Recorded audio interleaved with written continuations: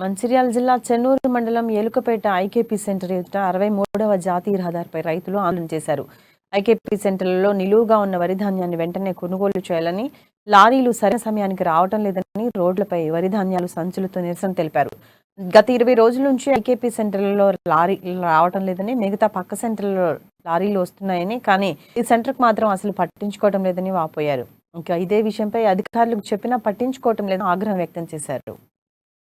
చేయాలి చేయాలి వెంటనే కొనుగోలు చేయాలి చేయాలి చేయాలి వడ్ల కొనుగోలు వడ్ల కొనుగోలు వడ్ల కొనుగోలు వడ్ల కొనుగోలు వడ్ల కొనుగోలు చేయాలి చేయాలి వెంటనే ఐకేపీ సెంటర్లో వడ్లను వెంటనే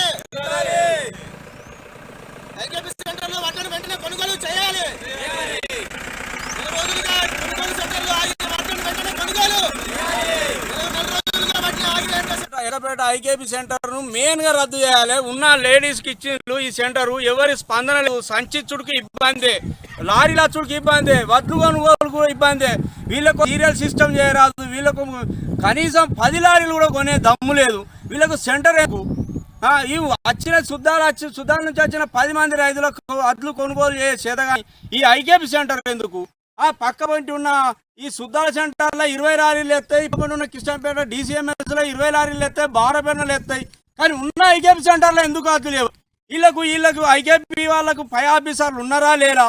వీళ్ళకు 26,000 జీతాలు కావాలి, 30,000 జీతాలు కావాలని గవర్నమెంట్ మీద ధర్నా చేసుడు తప్ప వీళ్ళు అడ్లుగానే అంత చెక్ అయినప్పుడు సెంటర్ మూసుకొని సపరేట్గా ఉంటే ఉన్న రైతులు ఏమో పోయి అమ్ముకోవాలా? మరి పక్క మంటి DCMSకి అమ్ముకుందామనేమో మమ్మల్ని మీరు అమ్ముకునే కుదరదు, మా సెంటర్లో పోసినట్టు. వీళ్ళు సెంటర్ ఏంటి? వీళ్ళు లీజుకు తీసుకున్నారా జాగా? ఈ ఉన్న భూమిని కొన్నారా? వీళ్ళు మా సెంటర్ అనేవి కొట్లాడతారు, ఉన్న అట్లా ఏమో కొనుగోలు చేయరు. ఇక వీళ్ళది ఇట్లా ఉన్నది. ఇక మేము ధర్నాకానే తిరిగినాం.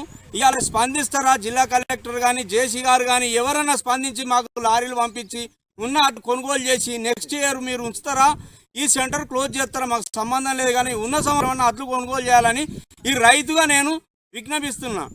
లేని ఏడలా మేము మొత్తం ఆపి ఉన్న అట్లను కూడా పక్క సెంటర్లు వేసి అమ్ముకుంటాం. మాకు ఎవరు కానీ ఆబ్జెక్షన్ చేయొద్దు. ఇది మేము కోరుకునేది ఇంతే మా రైతులకు. ఇక మాకు ఎలాంటి ఇబ్బంది చేయకూరి.